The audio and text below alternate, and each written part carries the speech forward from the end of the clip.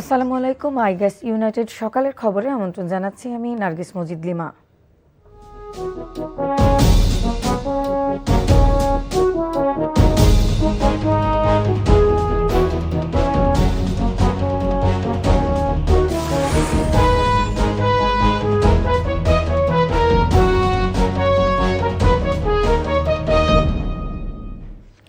পাঁচ আগস্ট, আজ থেকে 2 বছর আগে এই দিনে জনতার বাঁধভাঙা জোয়ারে তছনছ হয়ে যায় স্বৈরাচার শেখ হাসিনার মসনদ। ক্ষমতা ছেড়ে পালিয়ে যান ভারতে। বিপ্লবী ছাত্র জনতার সেই রক্তক্ষয়ী দিনে মা হারিয়েছে সন্তান, পিতার কাঁধ ভারী হয়ে ওঠে পুত্রের লাশে। এমন সব হাজারো ত্যাগের বিনিময়ে ফ্যাসিবাদ মুক্ত হয় দেশ। ইতিহাসের পাতায় সোনার হরফে লেখা সেই গণ অভ্যুত্থানের কিছুটা তুলে ধরছেন হাসান মাহমুদ। জনগণের টাকায় কেনা বন্দুকের নল জনগণের বুকের দিকেই তাক করা। বাতাসে শীষ কাটে বুলেট, জেগে উঠে জনতার বিদ্রোহ, তাজা রক্ত ঢেলে দেয় আবু সাইদ, ওয়াসিম, মুগ্ধ, মিরাজ আর শত শত আনাস। অসংখ্য তাজা প্রাণ আর মুক্তির গান রঙিন করেছিল ছাত্র জনতার বিজয় সোপান। রক্ত ভেজা ইতিহাসের উজ্জ্বল আলোয় স্বৈরাচার পতনের আলোকিত 5 আগস্ট এনেছিল শৃঙ্খল মুক্তির মহাপ্লাবন। লেখা হয় সোনার হরফে একদিন।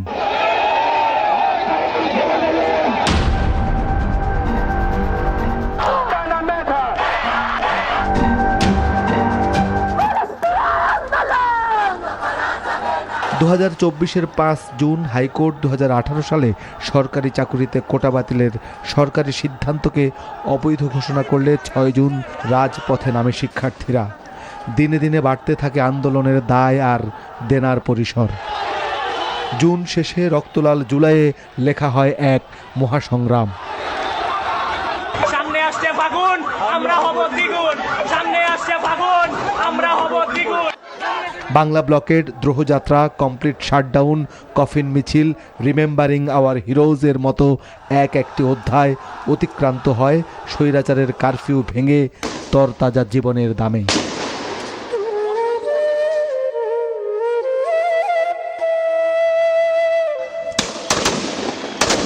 স্বৈরাচার সরকারের নির্দেশে করা পুলিশের নির্দয় গুলি উড়িয়ে দিয়েছে শিশুর মাথার খুলি, ঝাঁঝরা করেছে কিশোরের বুক, বৃদ্ধের চিবুক। শহীদি রক্তের আলপনায় ভিজেছিল বাংলার রাজপথ।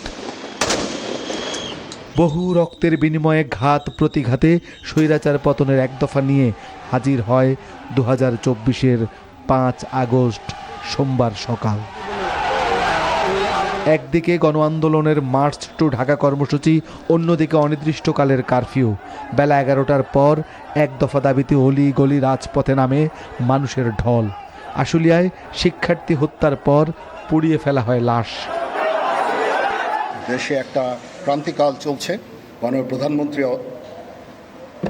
পদত্যাগ করেছেন। দুপুরের দিকে সেনাপ্রধানের জাতির উদ্দেশ্যে ভাষণের খবরে সড়কগুলো পরিণত হয় জনসমুদ্রে। আবাল বৃদ্ধ বনিতা সহ সর্বস্তরের মানুষ গণভবন, সংসদ ভবন, প্রধানমন্ত্রী কার্যালয় সহ সব কিছু দখলে নেয়। গণরোষে দেশ ছেড়ে পালিয়ে যায় স্বৈরশাসক। নারায়ণগঞ্জ, মুন্সিগঞ্জ, সাভার, গাজীপুরের সব পথে মানুষ আসতে থাকে ঢাকার দিকে। ঢাকা বিশ্ববিদ্যালয় সহ নগরীর সবগুলো সড়কে তখন রঙের উচ্ছ্বাস। ফ্যাসিবাদের কালো অক্টোপাস থেকে মুক্তির উল্লাসে মাতে গোটা বাংলাদেশ। দীর্ঘদিনের দীর্ঘ অপেক্ষার অবসান শেষে ভারহীন এক বাংলাদেশ যেন জেগে উঠে পথে পথে রং ছড়িয়ে।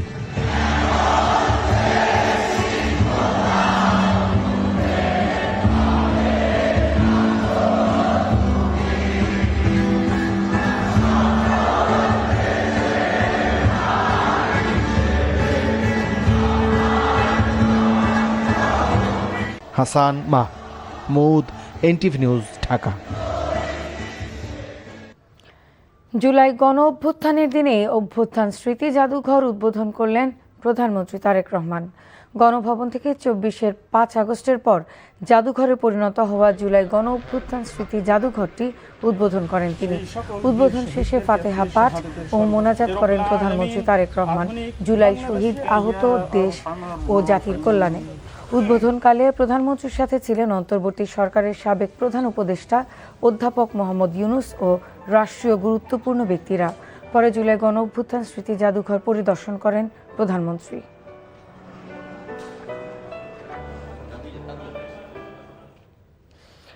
জুলাই জাদুঘরের সামনে আছেন সহকর্মী নাজিবুর রহমান, সরাসরি যুক্ত হচ্ছেন তিনি। নাজিব, দর্শকদের অনুভূতির খবর আমাদের জানান।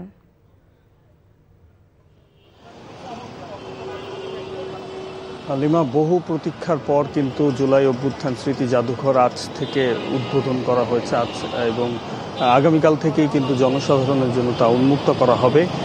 আজ যেহেতু জনসাধারণের কেউই এই স্মৃতি জাদুঘরে প্রবেশ করতে পারবে না, তবে আজ কিন্তু আমরা দেখছিলাম যে স্মৃতি জাদুঘরের সামনে বেশ কিছু উৎসুক জনতার উপস্থিতি এবং সেই সাথে উদ্বোধন অনুষ্ঠানও এখনও চলছে। তার মাঝেই কিন্তু মানুষের উপস্থিতি আমাদেরকে জানান দিচ্ছে যে তারা কতটা আগ্রহ নিয়ে এতদিন এই জাদুঘরের জন্য অপেক্ষা করছিল, যেখানে আসলে জুলাই অভ্যুত্থানের যে স্মৃতিচিহ্ন সেগুলো কিন্তু সংরক্ষিত করা হয়েছে।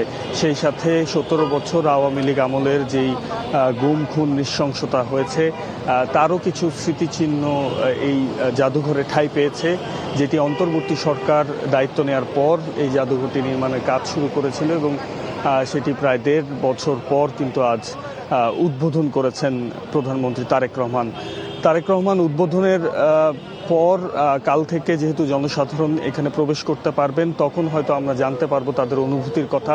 তবে আজ আমরা বেশ কিছু মানুষের সাথে কথা বলছিলাম, তারা বলছিল কিন্তু তারা বেশ কিছুদিন ধরেই এই জাদুঘরের জন্য অপেক্ষা করছিল। তারা আগ্রহ প্রকাশ করছেন যে এই জাদুঘরে কি কি রাখা হয়েছে বা এই জাদুঘরটা কিভাবে সাজানো হয়েছে সেই ব্যাপারে তারা জানতে এবং দেখতে আগ্রহী এবং সেই অপেক্ষার প্রহর কিন্তু আর 24 ঘন্টার মধ্যেই ফুরাতে চলেছে, অর্থাৎ আগামীকাল থেকে তারা এখানে প্রবেশ করতে পারবেন। এবং আপনাদের যদি টিকিটের মূল্যের কথা বলি, সেটি যারা বড় দর্শনার্থী রয়েছেন, বড়রা কিন্তু 50 টাকা টিকিটে এই জাদুঘরে প্রবেশ করতে পারবেন এবং উৎসুক জনতার ভিড়ের মধ্যে বিএনপি নেতাকর্মীরাও কিন্তু এই জুলাই অভ্যুত্থান স্মৃতি জাদুঘরের সামনে এখানে অবস্থান নিয়েছেন এবং তারা আশা প্রকাশ করছেন আগামীকাল থেকেই তারা এই জাদুঘরে প্রবেশ করতে পারবেন। তো সব মিলিয়ে এখনও জুলাই অভ্যুত্থান স্মৃতি জাদুঘরের ভেতরে উদ্বোধন অনুষ্ঠান চলছে। আমরা হয়তো আপনাদেরকে দর্শকদের যারা দর্শনার্থী রয়েছে তাদের প্রতিক্রিয়া নিয়ে আরও বিস্তারিত পরবর্তী সংবাদে জানাতে পারবো। লিমা, জানছিলাম জুলাই জাদুঘরের উদ্বোধনের খবর। এর আগে সকালে শাহবাগে জুলাই স্মৃতিস্তম্ভে শ্রদ্ধা জানান মুক্তিযুদ্ধ বিষয়ক মন্ত্রী আহমদ আজম খান। পরে সাংবাদিকদের তিনি বলেন, দীর্ঘ 18 বছর আন্দোলন সংগ্রামের মধ্য দিয়ে যেসব রাজনৈতিক দল জুলাই গণ অভ্যুত্থানের পথ তৈরি করেছে তাদের মধ্যে কোনো বিভক্তি সৃষ্টি হওয়া উচিত নয়। এ সময় মুক্তিযুদ্ধ বিষয়ক প্রতিমন্ত্রী ইশরাক হোসেন বলেন, দেশের বিভিন্ন ক্যাম্পাসে যে অস্থিতিশীল পরিস্থিতি তৈরি হচ্ছে তা ফ্যাসিবাদের পরিকল্পিত ষড়যন্ত্রের অংশ হতে পারে। 5 আগস্টের সকালটা মুক্তিকামী মানুষের কাছে ছিল চরম উদ্বেগ, উৎকণ্ঠা, ভয় আর আতঙ্কের। মার্চ টু ঢাকা কর্মসূচি সফল না হলে স্বৈরাচারের কালো মেঘেই ঢাকা থাকবে রাজনীতির আকাশ। কিন্তু লাখ লাখ মানুষ যখন গণভবনের দিকে, তখন শেখ হাসিনার তল্পিতল্পা গোছানোর শেষ সময়। জনমানুষের সেই স্রোত, এনটিভি সহ গণমাধ্যমের সম্প্রচারের দৃশ্য শেখ হাসিনাকে দেখানোর পরই পালিয়ে যেতে রাজি হন শেখ হাসিনা। সেদিনের গণভবন ঘেরাও দৃশ্যপট তুলে ধরছেন ওবায়দুল্লাহ মামুন। মার্চ টু ঢাকা কর্মসূচি 5 আগস্ট 2024। এই আন্দোলন কর্মসূচি সফল হবে নাকি স্বৈরাচারের সাজানো ছকে নস্যাৎ হবে?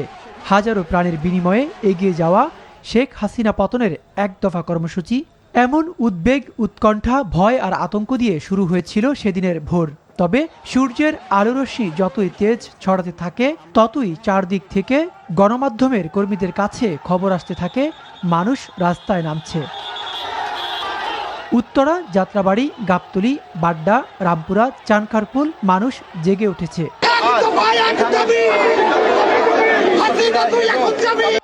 এক দফা দাবি, যাদের লক্ষ্য তাদের রুখবে কে? মৃত্যু নয়তো মুক্তি। যে তুর্কি মরতে জানে তাকে পুলিশ কিংবা আইনের বেড়াজালে আটকানো সহজ। সকাল 11:30টার দিকে উত্তরা থেকে আসা মানুষের স্রোত এয়ারপোর্ট, খিলক্ষেত, বনানী হয়ে মহাখালীতে এসে সেনাবাহিনীর বাধার মুখে পড়ে। লাখো মানুষের সেই জনস্রোত আটকাতে পারেনি কোনো বাধা। গণভবন ঘেরাওয়ের সেই পদক্ষেপে শেখ হাসিনার অন্তরাত্মা কেঁপে ওঠে। এনটিভির হয়ে বাঁধভাঙা সেই মিছিলের দৃশ্য সেদিন দর্শকদের সামনে তুলে ধরেছিলেন তৎকালীন সিনিয়র করেসপন্ডেন্ট হাসানুল শাওন। পদযাত্রার মতো যেটি উত্তরা আবদুল্লাপুর এলাকা থেকে ঢুকছিল, তো ওখান থেকেই আমাদেরকে ইনফর্ম করছিল যে আমরা কিন্তু আসছি, আমিও এই মিছিলে আছি ভাই, এরকম হাজার হাজার লোক, লাখ লাখ মানুষ আমরা আসছি। ড্রোন ক্যামেরা আমরা যখন উপরে উঠালাম তখন আসলে আমরা সত্যি অভিভূত হয়ে যাই যে মানে হাজার হাজার মানুষ আর কি, রাস্তায় কোনো জায়গা নেই, মানুষ আসছে। ৩৬ জুলাই অর্থাৎ ৫ আগস্ট কারফিউ ছিল সেদিন।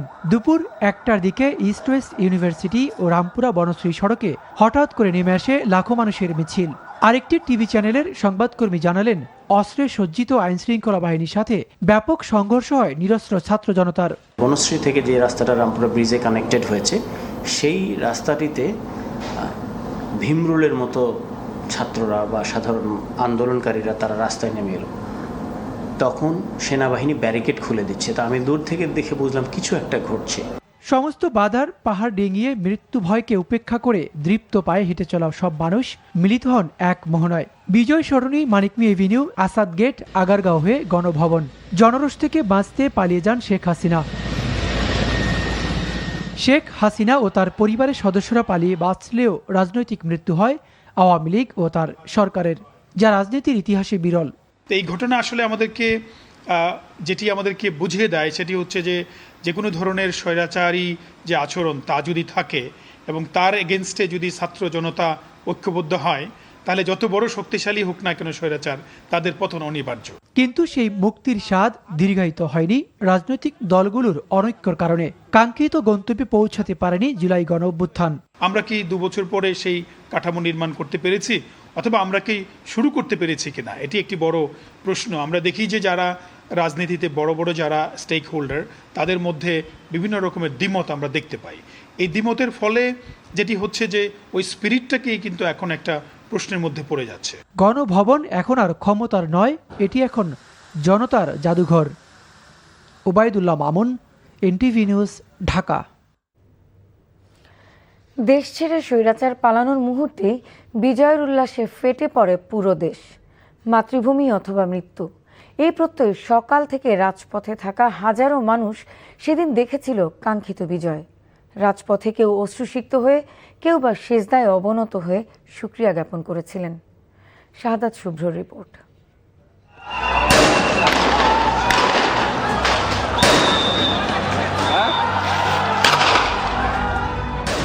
৫ আগস্ট দুপুর ২টা, তখনও রাজধানীর চাংখারপুল, যাত্রাবাড়ি সহ দেশের বিভিন্ন এলাকায় সংঘর্ষ ও গুলির খবর আসছিল।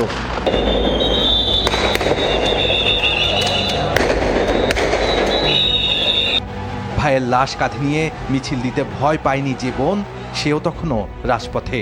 জুলাই মাস জুড়ে সন্তানহারা মায়েদের আহাজারি তখনও ঘরে ঘরে কান পাতলেই শোনা যায়।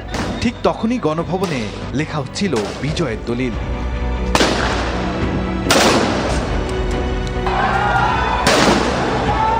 দুপুর 12:30টায় এএফপির শফিকুল আলম প্রথম শেখ হাসিনা দেশ ছেড়ে পালানোর খবর দেন।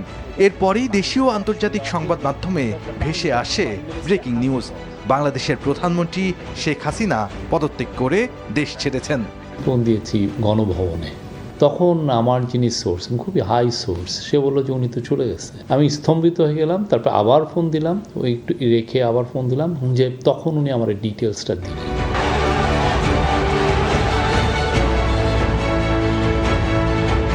এরপরই বাঁধ ভাঙা উল্লাসে ফেটে পড়ে পুরো দেশ।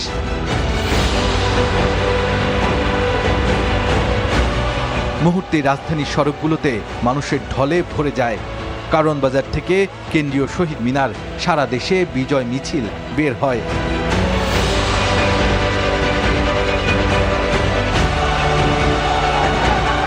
বিক্ষোভের মিছিল পরিণত হয় বিজয় মিছিলে। কেউ সিজদায় লুটিয়ে পড়েন, কেউ আবেগে অশ্রুসিক্ত হন। অনাগত অমরত্বের লোভে যে সাংবাদিক লেখা বন্ধ করে ক্ষমতার কাছে মাথা নত করেনি, সে খুশিতে কেঁদে ফেলেছিল এদিন।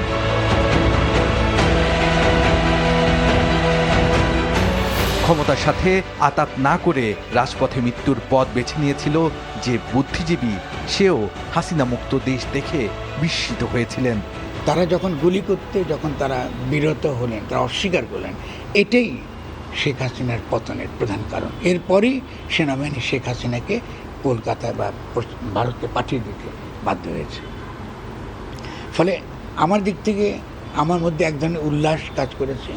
জড়ায় ধরতেছে, কাঁদতেছে, মানুষের পাগলের মতো আচরণ করতেছে, মানে মানুষের উচ্ছ্বসিত হইলে যে এই আনন্দটা, ঠিক না, এই আনন্দ তার পুরো, এবং সবাই এই আনন্দ দ্বারা উদ্বেলিত হচ্ছে। মুক্তির আনন্দে নারী পুরুষ এক কণ্ঠে বলেছিলেন ইনকিলাব জিন্দাবাদ, বলেছিলেন শরীফ ওসমান হাদিও, মাইক হাতে ধরেছিলেন স্লোগান। একক ব্যক্তির বাবার দেশ থেকে এ যেন আমার দেশ বলার দিন হয়ে উঠেছিল। এদিনের সময় ও তারিখ থমকে গিয়েছিল। সৃষ্টির প্রথম প্রহরের মতো লাল হয়ে উঠেছিল ৩৬ জুলাইয়ের বাংলাদেশ। ওই সময়কালটা যদি আমি মনে করি আর কি, আমার জীবনের সব থেকে আশ্চর্যতম ঘটনাগুলোর একটা অন্যতম, যখন আমরা জেলখানায় বসে এই শেখ হাসিনার পলায়নের খবরটা আমরা জানতে পারি। কত মায়ের একাকী প্রার্থনা আর সন্তানহারা পরিবারের বিষাদের ডাকে স্রষ্টা যেন নিজ হাতেই বদলে দিয়েছিলেন ইতিহাস। আজ সেই দিন। শাহাদাত অফরো, এনটিভি নিউজ, ঢাকা। জুলাইয়ের তপ্ত দিনগুলোতে ছাত্র জনতার ন্যায়সঙ্গত আন্দোলন দমাতে মারণাস্ত্র ব্যবহার সহ নৃশংসতার চূড়ান্ত সীমা পার করেছিল ফ্যাসিস্ট আওয়ামী সরকার। পুলিশ সদর দপ্তরের তথ্য বলছে, আন্দোলন দমাতে ৩,৫,০০০-এর বেশি গুলি ছুঁড়েছিল পুলিশ, যার মধ্যে কেবল ঢাকাতেই প্রায় ৯৫,০০০ গুলিতে ঝাঁঝরা করা হয়েছিল হাজারো তরুণের বুক। ক্ষমতা টিকিয়ে রাখতে পুলিশের এই নজিরবিহীন হিংস্রতা আর পরবর্তী অস্ত্র লুটের আদ্যপান্ত থাকছে নাহিদ প্রিন্সের রিপোর্টে। একটি স্বাধীন রাষ্ট্রে নিজের দেশের নাগরিকদের দমাতে কতটা হিংস্র হয়ে উঠতে পারে রাষ্ট্রযন্ত্র, রক্তাক্ত জুলাইয়ের দিনগুলো তার এক জীবন্ত দলিল।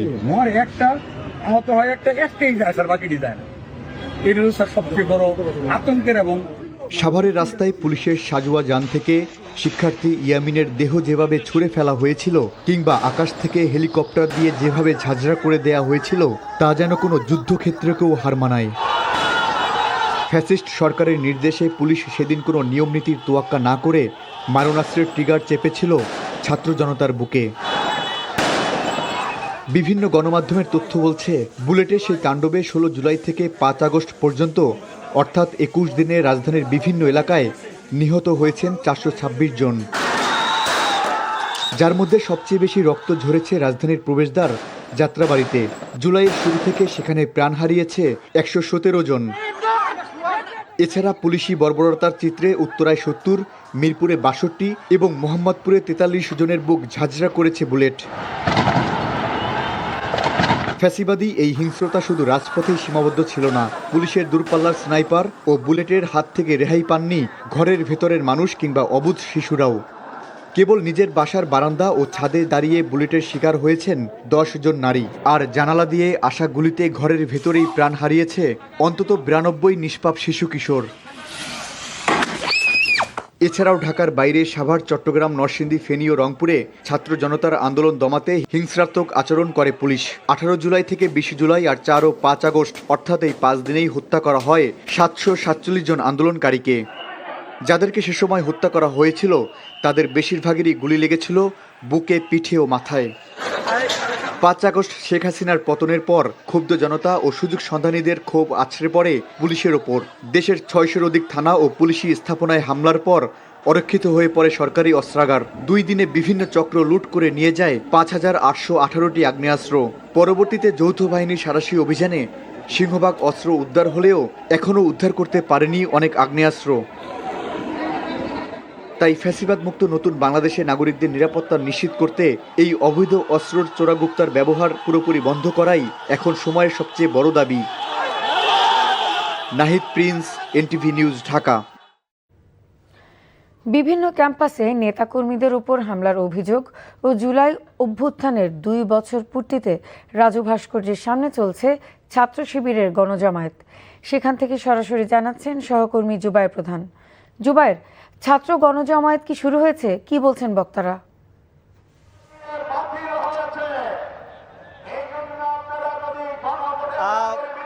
বিভিন্ন প্রতিষ্ঠানে যে হামলার প্রতিবাদে তারা ছাত্র শিবির, বাংলাদেশ ইসলামী ছাত্র শিবির, তারা রাজু ভাস্কর্যে গণজমায়েত করছে। এর আগে শহীদ মিনার থেকে তারা গণজমায়েত করে এই রাজু ভাস্কর্যে এসে কিন্তু জড়ো হয়েছেন। বক্তারা যেটি বলছেন যে বিরোধী দল কিংবা ভিন্ন মতের উপর যদি এরকম হামলা কিংবা দমন করার যে চেষ্টা সেটি যদি থাকে তাহলে সেটি সরকার পতনের একটি কারণ হয়ে দাঁড়াবে। আমরা দেখেছি যে এখন বৃষ্টি পড়ছে, এই বৃষ্টির মাঝে কিন্তু বিশাল সংখ্যক মানুষের যে উপস্থিতি ছাত্রদের, সেটি কিন্তু এই রাজু ভাস্কর্য ঢাকা বিশ্ববিদ্যালয়ের যে এলাকা রয়েছে সেখানে তাদের যেমন রয়েছে, একই সাথে আমরা দেখেছি যে এখানে শিবিরের যে কেন্দ্রীয় নেতারা তারা যেমন এসেছেন, একই সাথে জামাত ইসলামীর কেন্দ্রীয় নেতৃবৃন্দ যারা রয়েছেন এখন বক্তব্য রাখছেন। জামাতের সহকারী সেক্রেটারি জেনারেল হামিদুর রহমান আজাদ, যিনি 11 দলের মুখপাত্র, একই সাথে সহকারী সেক্রেটারি আমরা দেখেছি যে রফিকুল ইসলাম খান, শিবিরের কেন্দ্রীয় সভাপতি